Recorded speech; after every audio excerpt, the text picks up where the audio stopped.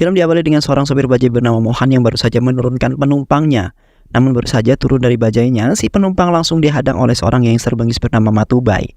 Matubai langsung menangkap penumpang itu dan membunuhnya dengan sangat kejam. Ternyata Matubai kesal karena penumpang itu adalah seorang jurnalis yang berani menulis sebuah artikel mengenai kejahatan dirinya. Mohan yang melihat hal tersebut tak diam begitu saja, dia berusaha menghentikan tindakan Matubai sambil berteriak memanggil seorang polisi. Dan tak lama kemudian polisi pun datang dan langsung mengamankan Matubai di kantor polisi. Istri dan anak Mohan yang mengetahui kejadian itu menjadi sangat ketakutan karena Mohan telah terlibat dengan Matubai. Dan ketakutan itu pun menjadi sebuah kenyataan. Matubai kemudian datang dan langsung menangkap Mohan. Matubai kesal karena Mohan bertindak sok jagoan dengan membiarkan dirinya ditangkap oleh para polisi. Padahal baginya masuk atau keluar penjara adalah hal yang sangat mudah dilakukan. Matubai lalu melukai istri Mohan. Tangan Mohan kemudian diikat dan dibunuh dengan sangat kejam. Mereka lalu meninggalkan anak Mohan yang bernama Charam sendirian di sana berkat bantuan pamannya. Charam berhasil membawa ibunya ke rumah sakit. Dia harus segera dioperasi sekarang juga. Tapi paman Charam tidak memiliki cukup uang untuk melakukan sebuah operasi. Charam terus memohon pada pamannya yang membuat pamannya pun berpikir sangat keras. Tak lama kemudian pamannya pun ikut kembali dengan membawa seseorang. Pamannya lalu menyampaikan jika orang itu bisa membiayai operasi ibunya Charam. Namun dengan satu syarat, Charam harus ikut bersamanya dan tak akan lagi bertemu dengan ibunya demi keselamatan ibunya. Tanpa pikir panjang, Charam pun menyetujuinya. Charam lalu melihat wajah ibunya untuk yang terakhir kalinya. Dia berharap semoga ibunya baik-baik saja. Sesuai dengan perjanjian, Charam pun akhirnya dibawa menemui bos orang tersebut yang ternyata merupakan seorang mafia yang sangat kejam. Dia meminta Charam untuk mengakui kesalahan anaknya yang sudah menembak penjaganya sampai tewas. Mau tidak mau, Charam pun harus menurutinya. Dia ditahan di pusat penahanan anak selama 12 tahun. Di sana Charam tentu mendapat perlakuan yang tidak mengenakan. Dia terus-menerus ditindas dan diperlakukan dengan sangat kasar. Antriannya selalu direbut, bahkan jatah telur Charam pun seringkali diambil oleh mereka. Hingga suatu ketika Charam yang sudah muak pun bangkit dan memberanikan diri untuk melawan. Dia juga berhasil merebut jatah endoknya walaupun sudah berlumuran jigong. Beberapa tahun kemudian Charam yang sudah dewasa terus menghajar tahanan lain hingga babak belur. Dia akan menghajar setiap tahanan yang berani merendahkan harga dirinya.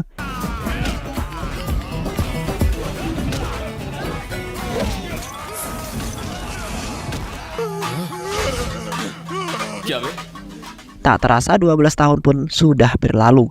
Charam bersama temannya yang bernama Amir kini akan dibebaskan dari penjara tersebut. Sebelum bebas, kepala sipir menyampaikan sedikit pesannya kepada mereka. Dia mengetahui bahwa Charam adalah seorang yang baik. Oleh karena itu, dia meminta Charam untuk segera mencari pekerjaan dan tidak kembali lagi ke penjara ini. Setelah bebas, Charam ditemui Amir langsung pergi ke kampung halamannya Charam.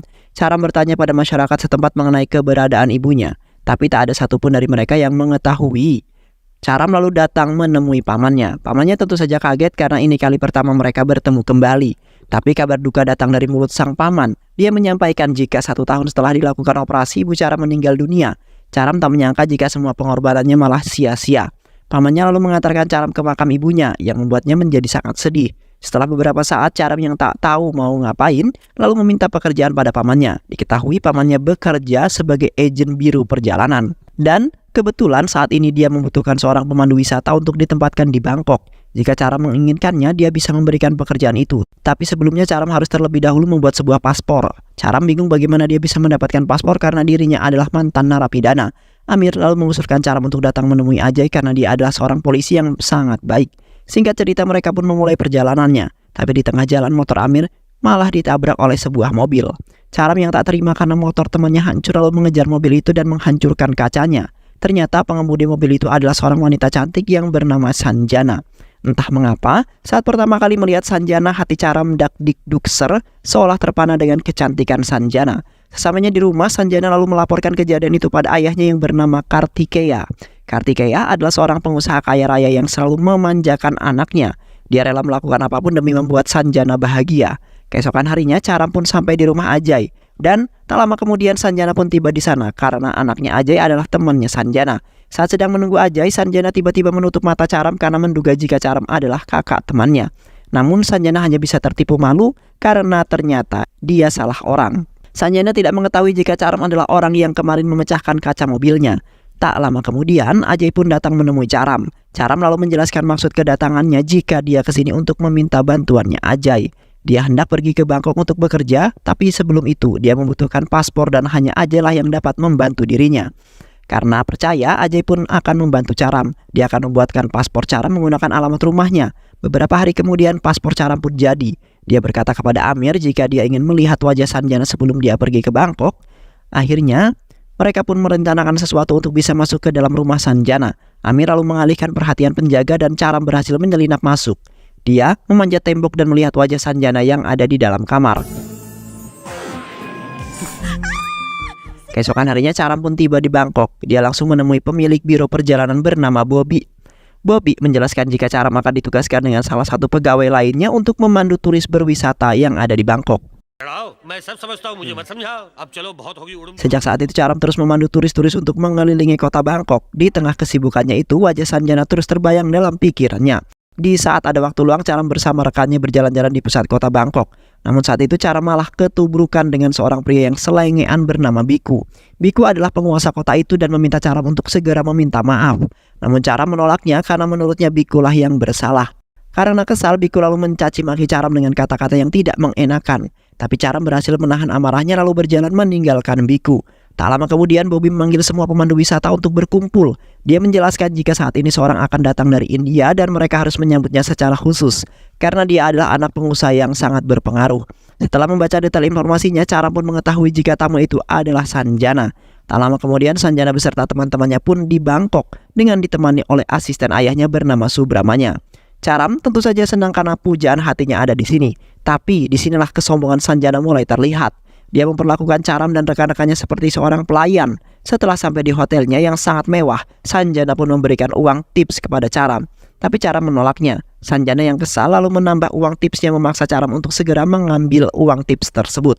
Tapi Caram tetap menolak uang tersebut. Sanjana lalu mengadukan hal tersebut kepada ayahnya. Ayahnya lalu memerintahkan Subamanya untuk melakukan sesuatu. Subamanya lalu mengumpulkan semua pemandu wisata dan menjelaskan jika mulai saat ini semua pemandu wisata harus menuruti kemauan Sanjana agar dia bahagia. Subramanya juga meminta Caram untuk mengambil uang tips tersebut. Caram lalu mengambilnya dan menyerahkan uang itu kepada Subramanya. Aku memang membutuhkan uang, tapi aku tidak akan pernah mengambil uang yang diberikan dengan cara tidak sopan, ujar Caram. Walaupun sifat Sanjana seperti itu, tapi cinta Caram tidak pernah goyah. Dia terus memandangi wajah Sanjana sambil cengar-cengir sendirian. Di tengah waktu santainya, Sanjana melihat para pemandu itu seperti orang kampungan. Dia lalu memanggil Subramanya dan juga Bobby agar membuatkan mereka seragam khusus. Dan sejak saat itu setiap pemandu wisata mulai mengenakan seragam khusus untuk membuat Sanjana bahagia. Singkat cerita, rombongan wisata itu telah sampai di pusat kota untuk berwisata. Tapi di sisi lain Biku tak sengaja melihat wajah Sanjana. Dia terpesona dengan kecantikannya dan mulai menggoda Sanjana. Tapi Sanjana malah mengacungkan jari tengahnya sambil berkata, "Fuck you Siteh." Mengetahui hal tersebut tentu saja membuat Biku menjadi sangat marah. Dia memerintahkan anak buahnya untuk menahan mereka semua. Biku yang kesal lalu meluapkan amarahnya pada Sanjana. Tapi Caram dengan sigap meloloskan diri dan membawa Sanjana kabur dari sana. Anak buah Biku terus mengejar mereka hingga terpojok. Karena tak bisa lari lagi, Caram kemudian menghajar mereka hingga babak belur.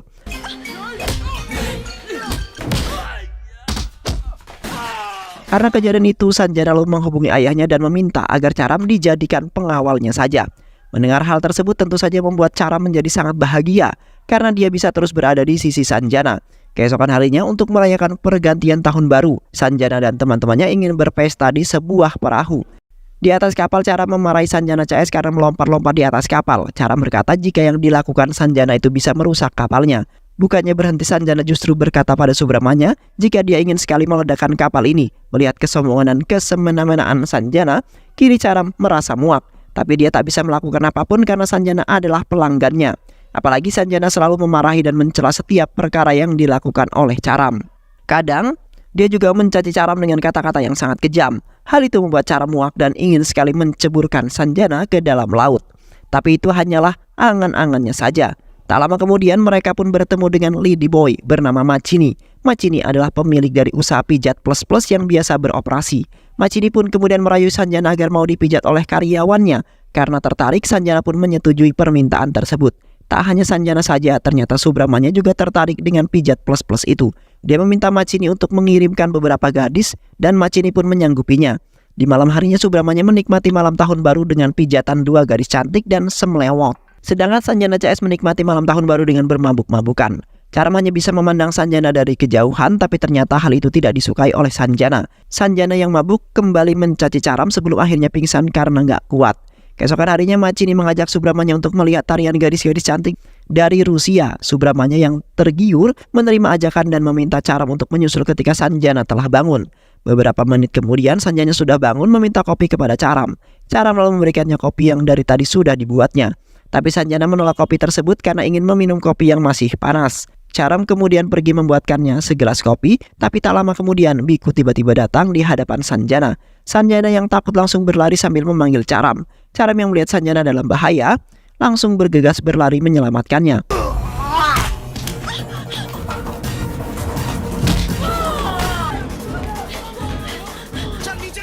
Caram membawa Sanjana kabur dengan menaiki perahu bot. Tapi botnya tiba-tiba berhenti di tengah laut karena kehabisan bensin. Sanjana tentu saja marah dan kembali mencaci Caram. Caram yang murka lalu menggaplok Sanjana berkali-kali. "Aku bisa saja membunuhmu saat ini, jadi diamlah dan jaga kata-katamu." Sementara itu Subramanya yang baru saja kembali menyadari jika Sanjana dan Caram tak ada di sana. Dia terus menunggu mereka hingga keesokan harinya. Sanjana yang sudah terbangun melihat ada pulau di dekat mereka. Mereka lalu berenang ke pulau itu. Sesampainya di sana, Sanjana menyuruh Caram untuk meminta maaf. Namun Caram menolaknya. Hal itu membuat Sanjana kesal dan hanya bisa berteriak. Di sisi lain, kepanikan mulai melanda Subramanya. Dia takut Kartikeya menanyakan keberadaan Sanjana. Kini, sikap Caram terhadap Sanjana mulai berubah. Dia tak lagi memuja-muja Sanjana. Untuk bisa bertahan hidup, Caram mengisi perutnya dengan memakan ikan bakar. Dia meminta Sanjana untuk ikut makan, tapi Sanjana menolaknya. Dia tak pernah memakan ikan dengan cara kotor seperti itu. Tak lama kemudian Caram berhasil menemukan sebuah gubuk. Sesampainya di sana, Sanjana kembali mengomel dan menghina Caram. Hal itu membuat Caram kesal dan mengultimatum Sanjana jika ancamannya itu tidaklah bohong. Hal itu membuat Sanjana takut dan mulai menurut kepada Caram. Sesekali Caram memanfaatkan kesempatan itu dengan meminta Sanjana melakukan apa yang diinginkan oleh dirinya. Keesokan harinya, Sanjana kemudian mulai kelaparan, berniat membeli ikan bakar dari Caram. Tapi Caram menolaknya. Dia hanya berkata jika Sanjana menginginkan ikan ini, maka dia harus mencuci bajunya dulu. Akhirnya karena sudah kelaparan, Sanjana pun menuruti permintaan Caram. Kini 2 hari sudah berlalu sejak Subramanya kehilangan Sanjana. Dia tak dapat lagi mengakali Kartikeya. Akhirnya dia pun menceritakan semua yang terjadi pada Kartikeya. Mengetahui hal itu membuat Kartikeya murka dan langsung terbang menuju Bangkok. Dia menabuk Subramanya yang tak becus menjaga Sanjana. Dia lalu pergi ke penginapan Sanjana dan meminta polisi untuk segera mencari anaknya yang hilang di sana. Dia meminta Subramanya untuk mencari tahu siapa identitas Caram yang sebenarnya. Bobby lalu menjelaskan jika Caram adalah pria yang direkomendasikan oleh pamannya sendiri yang bekerja di Biro Perjalanan India. Saat itu juga anak buah Kartikeya yang ada di India pun datang menemui pamannya Caram. Di sisi lain, Caram masih terus menjahili Sanjana. Kali ini dia meminta Sanjana untuk memijat badannya. Caram bahkan ingin melecehkannya, namun Sanjana berhasil melarikan diri. Sanjana yang ketakutan memohon agar Caram tak memperkaosnya. Caram lalu menjelaskan jika dia ingin memperkaosnya, maka dari dulu pasti sudah dia lakukan. Dia sengaja tak melakukannya karena dia sangat mencintai Sanjana. Mendengar hal tersebut, hati Sanjana pun menjadi luluh. Dia tak segan memeluk Caram yang memberikannya kado ulang tahun. Rupanya Caram mengetahui semua mengenai Sanjana. Hal itu pun membuat Sanjana sedih, terharu, bahagia. Setelah mengetahui masa lalu Caram, Kartikeya yakin jika Sanjana pasti sudah diculik. Dia meminta anak buahnya untuk menggerakkan helikopter untuk mempermudah proses pencarian. Caram yang mendengar suara helikopter berusaha untuk memberikan sebuah kode, tapi Sanjana melarangnya. Alhasil, helikopter pun terbang melewati mereka. Sanjana mulai menjelaskan jika dia juga mencintai Caram. Jika ayahnya mengetahui Caram adalah laki-laki pujaannya, dia pasti tidak akan merestuinya. "Aku memang mencintaimu, tapi bukan berarti kamu harus membalas cintaku," ujar Caram. Sanjana tentu saja bingung dengan perkataan Caram. Barulah di sini Caram menjelaskan mengenai masa lalunya. "Dulu keluarga kami diserang oleh gangster Matubai. Ayahku dibunuh dan ibuku sekarat. Untuk menyelamatkannya aku membutuhkan biaya untuk operasi. Alhasil aku pun menjual diriku pada mafia dan terpaksa mengakui perbuatan yang tidak aku lakukan. Aku lalu dihukum 12 tahun di kurungan penjara. Selama di sana, aku bertekad untuk membalaskan dendamku pada Matubai. Aku mencari informasi mengenai Matubai dari tahanan lain, dan aku mendapatkan info jika Matubai tidak lagi ada di India. Dia sekarang beroperasi di wilayah Hong Kong, Bangkok, dan wilayah Asia lainnya. Itulah alasan mengapa aku datang ke Bangkok. Aku di sini bukan untuk bekerja, melainkan untuk memburu Matubai." Setelah mencari tahu ternyata Biku adalah anak Matubai. Melalui Biku, Caram mengetahui keberadaan Matubai. Dia tentu saja tak melewatkan kesempatan ini. Dia pergi ke sebuah klub di mana Matubai berada. Namun serangan meleset dan Matubai pun melarikan diri. Sejak saat itu Matubai tak kunjung kembali ke Bangkok. Setelah menceritakan semua itu, tiba-tiba saja sekelompok orang datang dan langsung menyerang Charam. Ternyata mereka adalah pasukan Kartikeya. Sanjana lalu menghampiri ayahnya dan meminta mereka untuk berhenti memukul Charam. Dia tidak menculikku ayah, dia justru menyelamatkanku dari mara bahaya, ujar Sanjana. Mendengar hal itu, Kartikeya pun memerintahkan anak buahnya untuk segera menghentikan penyerangan. Dan Sanjana pun digeret paksa untuk masuk ke dalam helikopter. Tak lama kemudian rekan Charam datang dan membawanya pergi dari sana. Di penginapan, perdebatan sengit terjadi antara Sanjana dengan ayahnya. Sanjana terus kekeh jika dia akan menikah dengan Charam, sementara ayahnya tak ingin hal ini terjadi. Di saat Kartikeya lengah, Sanjana kabur menemui Charam. Dia sangat senang karena Charam masih hidup. Mengetahui Sanjana bersama Charam, Kartikeya lalu menghubungi Charam dan mengajaknya bernegosiasi. Dia mengatakan jika ibu Charam masih hidup hingga saat ini. Dia juga mengetahui di mana lokasi keberadaannya. Jika Charam menginginkannya, maka dalam waktu 24 jam, Kartikeya bisa membawanya kemari asalkan Charam mau menyerahkan Sanjana pada dirinya. Charam lalu menyetujui persyaratan itu. Dia juga memberitahukan posisinya pada Kartikeya. Usut punya usut, ternyata Kartikeya mengetahui hal itu saat menyelidiki masa lalu Charam. Untuk mencegah Charam melarikan diri, Kartikeya pun memasang foto Charam yang sudah menculik Sanjana. Sontak saja, hal tersebut viral di mana-mana. Media televisi Hong Kong pun sampai menyiarkan berita itu. Matubai yang tak sengaja melihat menyadari jika pemuda itu adalah pemuda yang berusaha membunuhnya saat ada di klub malam. Matubai lalu menghubungi Biku dan memintanya untuk segera menangkap Charam, mengingat dia masih ada di Bangkok. Tak lama kemudian, Kartikeya pun datang di tempat yang dijanjikan. Sesuai dengan janjinya, dia menyerahkan ibunya Charam kepada Charam. Ibu Charam sangat bahagia karena putranya sudah tumbuh besar meski tanpa kasih sayang dirinya. Kartikeya lalu berjalan mendekati Sanjana. Dia ingin membawa Sanjana pergi dari sana, tapi tiba-tiba Charam berterima kasih kepadanya karena telah menemukan sang ibu. Charam pun memeluknya dengan sangat erat lalu berjanji bahwa dia tidak akan mengganggu Sanjana dan akan segera pergi sejauh mungkin. Kartikeya tak tahu apakah yang dia lakukan ini benar-benar menolong Charam, karena semua yang dilakukan hanya untuk mendapatkan putrinya kembali. Oleh karena itulah dia mencari tahu semua informasi mengenai Charam dan mendapatkan kebusukan yang dilakukan pamannya. Ternyata setelah mendapatkan uang itu, sebagian dari uangnya malah diambil oleh pamannya lalu pergi meninggalkan ibu Charam sendirian. Kartikeya lalu membawa Sanjana pergi dari sana. Sanjana terus memberontak karena tak ingin berpisah dengan Charam. Tapi Charam tak mampu berbuat banyak.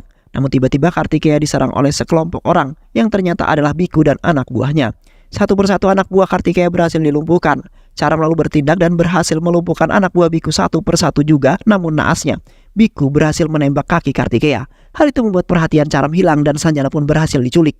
Kartikeya memohon agar Charam segera menyelamatkan Sanjana. Dia yakin jika seorang laki-laki saja bisa mencintai ibunya, maka dia juga pasti bisa mencintai istrinya dengan sangat baik. Kartikeya memberikan restu kepada mereka jika Charam berhasil menyelamatkan Sanjana. Charam langsung bergegas pergi. Namun sayang, dia kehilangan jejak. Tapi tiba-tiba anak buah Biku datang dan menyerahkan ponselnya kepada Charam. Terdengar suara Matubai yang meminta Charam untuk datang ke suatu tempat. Dan Charam pun menurutinya. Charam pun lalu dibawa ke suatu tempat dengan kondisi tangan terikat. Sesampainya di sana, terlihat Matubai dan Biku yang sudah menunggunya. Matubai lalu bertanya mengapa Charam menyerang dirinya. Apakah ada seseorang yang membayarmu? Tidak ada. Dari dulu aku memang ingin segera membunuhmu. Kau telah menghabisi ayahku tepat di depan mataku sendiri, ujar Charam. Matubai lalu tertawa karena dia tidak mengetahui ayah mana yang dimaksud oleh Charam. Untuk apa kau ada di Bangkok, hah? Aku kemari untuk memburu dirimu, tegas Charam. Merasa ditantang, Matubai lalu berkata jika dirinya lah yang akan menghajar Charam, bagaimana caranya berburu. Sanjana lalu dilepaskan dan dibiarkan untuk kabur ke dalam hutan bersama Charam. Anak buah Matubai lalu memburu Charam. Begitupun dengan Matubai dan juga Biku. Mereka memburu Charam dari atas mobil. Di sisi lain, Charam berhasil melepaskan ikatan tangannya dan melibas anak buah Matubai satu persatu. Charam lalu menyembunyikan Sanjana di dalam gua agar dia bisa bertarung tanpa ada beban. Berbagai cara dilakukan Charam untuk menghabisi anak buah Matubai. Biku berhasil menemukan Sanjana di dalam gua. Sanjana yang ketakutan berusaha untuk kabur melarikan diri, tapi Biku berhasil mendapatkannya. Di saat itu Biku hendak memperkaos Sanjana, tiba-tiba Charam datang dan langsung menghabisi. Charam lalu memberikan mayatnya kepada Matubai dan Matubai pun mengejarnya hingga sampai di depan Charam. Kini keadaan mulai berbalik. Charam menyuruh Matubai untuk lari ke dalam hutan dan dia yang akan memburunya. Tanpa berpikir panjang, Matubai pun lalu berlari hingga masuk ke dalam lumpur. Charam terus-menerus menghajar Matubai yang tak mampu melawan balik. Hingga pada akhirnya Charam pun melakukan apa yang dulu Matubai lakukan pada ayahnya. Matubai kini menyadari jika Charam adalah anaknya Mohan. Dan tanpa banyak basa-basi, Charam pun membunuh Matubai dengan sangat kejam. Setelah itu, Charam pun lalu membawa Sanjana pulang dengan menaiki sebuah pesawat amfibi yang sudah disiapkan oleh Kartikeya. Dan film pun selesai. Baik sahabat, itu alur cerita film yang berjudul Carita. Mudah-mudahan sahabat semua terhibur dengan alur cerita film ini. Sehat selalu. Wassalamualaikum warahmatullahi wabarakatuh.